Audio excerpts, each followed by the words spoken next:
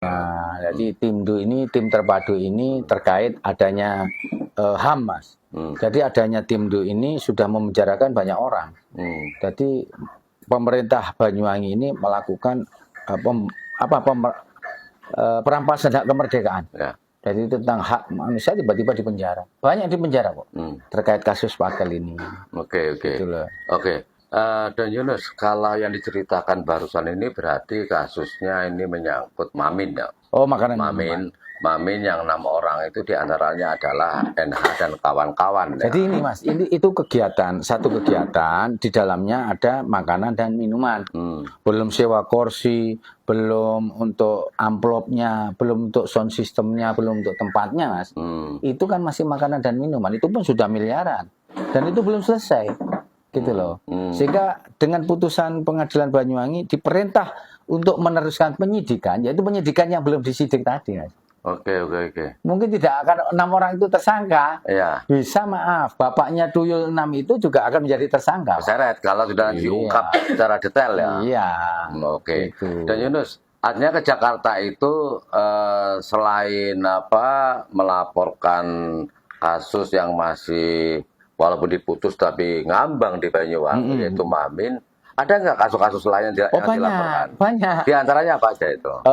Pak Mas Rudi sendiri kemarin melaporkan. Pak Mas Rudi sudah laporan Tempo dulu. Sudah melaporkan beberapa hal laporan yang valid by data.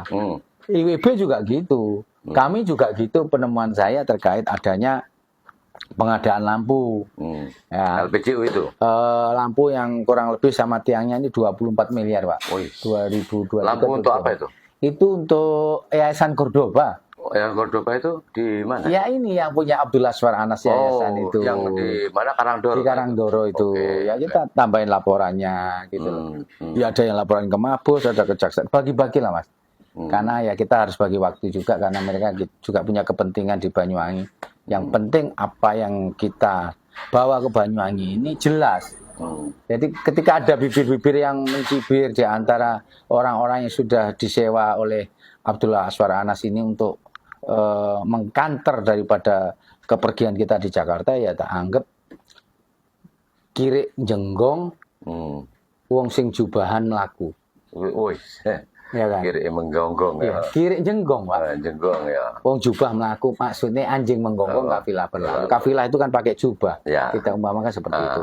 Jadi biarinlah orang-orang mau ngomong apa. Iya, mau ngomong apa. Tetap melangkah. Oh, melangkah. Gitu kan. Oke. Dan Yunus, ketika ke Jakarta itu melaporkan ulang atau mempertanyakan tentang hasil laporan sebelumnya dan juga hasil putusan yang ada di Banyuwangi atau bagaimana? Oh, banyak hal. Kita ada yang laporan baru, ya kan? Ada yang Pak Mas Rudi juga menanyakan karena laporan sudah sekian lama, pemberitahunya seperti apa, gitu juga. Lama kok. Ya. Pak Mas Rudi itu lama. Tak tunggu sampai teman-teman pada makan, tak tunggu karena di Jakarta takutnya Pak Mas Rudi nanti hilang gitu ya. Nggak tahu jalannya. Nggak tahu jalannya karena saya sudah lama Jakarta 25 tahun. Karena Kang Mas Rudi itu kan orangnya agak desit masalahnya ya, kasihan. Lugu banget orang itu, lugu. Ya. Jadi apa yang dibicarakan ini adalah fakta. Gitu. Tapi jenius sekali. Ya, memang beliau mulai dulu sampai sekarang masih tetap konsisten. Orang yang konsisten. Tidak pernah berhenti. Ya saya ini penerusnya Pak Mas Rudi lah. Gitu ya, luar biasa berarti punya penerus yang pemberani. Iya. Oke. Dan Yunus, ketika ke Jakarta selain ke KPK ya itu kemana aja? Ya itu tadi kita ada videonya semua ya.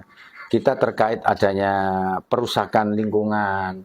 Kita mendatangi Kementerian Kehutanan. Terus ada pemotongan liar ya terkait tambang emas juga ini ke kantor pusat perhutani. Jadi ada kaitannya semua. Berarti menyangkut LH juga itu ya? Oh iya. Karena ternyata kehutanan dengan LH kan terpisah. Ya. Tetapi Pak Amir dulu mengirim surat tahun 2022 ya ini bahkan sudah ada 4 orang dari kementerian itu datang di rumahnya Pak Amir di kantornya terkait survei lapangan ya atau cek lapangan keberadaannya. Tetapi karena tidak disikapi, ya ini jadi masalah besar. Iya. Andai kata pemberitahuan Bapak Amir tentang pelanggaran kehutanan disikapi dari awal, dari dulu, dan ada undang-undang yang mengatur tidak boleh memotong atau mengambil ranting di dalam hutan lindung, ini selesai. Mungkin tidak akan terjadi Aceh. Iya. Banjir Aceh kemarin, banjir Padang, banjir Sumatera Utara. Melebar kemana-mana ya. Akhirnya melebar kemana-mana karena tidak ada aturan yang baku, gitu loh, untuk mengatur tentang apa undang-undang yang jelas itu, Pak. Oke. Iya. Oke. Mungkin ini lagi ya. Ketika teman-teman ke Jakarta itu kan membawa laporan disertai bukti-bukti ya. Betul. Bukti. Nah, ketika laporan itu nyampe dan ada dialog langsung dengan pihak yang bersangkutan ya. Ini mereka ini sudah tahu apa tidak tentang kasus di Banyuwangi ini? Saya melihat mungkin Pak Mas Rui penemuannya sama. Ya. Wah, kok gini Mas Yunus setelah keluar dari KPK? Ya. Kok gini banyak pintu-pintu yang seakan kita ini mau diatur. Saya sempat berdebat dengan bahasa gebrak meja dengan orang KPK. Di ruang KPK? Oh iya. Saya justru kalau Mas Yunus menuduh bahwa KPK masuk angin dapat duit, Mas Yunus bisa membuktikan? Bisa. Apa pembuktiannya? Ayo kita sumpah pocong. Ya. Tak gitu kan? Mana ada orang beol, orang kencing ini langsung di depan ditunjukin orang, apalagi tentang suap menyuap, pastinya kan tersembunyi. Ya. Tetapi ketika tak ajak sumpah pocong, nggak berani. Berani. Saya ini sangat berani. Artinya pihak KPK sebenarnya ketika dilaporin masalah kasus di Banyuwangi ini sudah menerima dan tahu ya. Oh tahu Pak. Tapi kelihatannya adem ayem kan begitu. Adem ayem. Karena saya tahu juga bahwa ada info dari orang dalam ini selalu tahu siapa yang melapor di sana kan. Akhirnya ditaruh di bungkus kacang. Oh gitu ya? Iya. Nggak sampai dibeber untuk gelar perkara itu sampai ya? Dianggap bungkus kacang aja lah. Nanti kalau ada orang nyari, ya dijual aja sebagai bungkus kacang. Oke. Ini yang menjadikan Banyuwangi ini belum tersentuh hukum seperti yang dibicarakan Bapak Prabowo ya. Saya bilang sekali lagi, tidak ada orang yang kebal hukum kata Pak Prabowo. Tetapi saya tangkis, saya kanter itu. Ternyata Banyuwangi juga kebal hukum. Sampai detik hari ini tidak ada satu pejabat pun ya, mulai dari bupati ke bawah, kepala dinas ini padahal sudah luar biasa terjadi korupsi berjamaah. Ya, tetapi nggak bisa dengan orang Banyuwangi.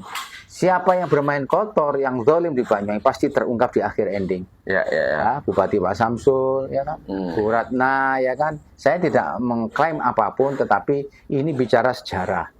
Sejarah Banyuwangi ya seperti itu, Pak. Saya teringat dengan legenda Banyuwangi itu. Ya. Sri Tanjung Sidokokso ya, sumpah serapahnya itu endingnya justru nggak bagus ya, nggak bagus. Jadi ketika berbuat kasarannya gitu, jadi wong Banyuwangi kadung nyalah atau menyalahgunakan Banyuwangi, engko dampaknya rasa dewek. Betul. Artinya tidak hanya tidak hanya masuk penjara, tapi juga akan terjatuh dari tangga, ditimpani oleh tangga tadi lagi. Masih itu dilempari lagi oleh orang. Nah, ini nanti seperti itu. Oke. Sekarang gini, ketika sudah berhasil dan berdialog menemui orang-orang yang terkait seperti KPK misalnya yang kait laporannya itu, responnya seperti apa itu? Yang jelas begini, kemarin saya membawa data lagi, saya meminta KPK untuk mengambil alih Kejaksaan Banyuwangi. Karena Kejaksaan Banyuwangi ini banci. Banci. Kenapa saya banci? Karena dia tidak berani menangkap tersangka. Dia yang membuat tersangka, yang menetapkan tersangka ya. Yang menetapkan tersangka dan ada putusan Banyuwangi juga sudah suruh meneruskan, tetapi kan tidak berani. Nah ini Pak Kajari ini yang baru ini kemarin ketika teman-teman Pak Mas Ruri, Mas John itu mengatakan masih dapat seminggu, menanyakan tentang ini kapan. Katanya seminggu lagi saya dilantik, pasti saya langsungkan. Sampai sekarang setengah tahun lebih, tidak diapa-apakan gitu loh.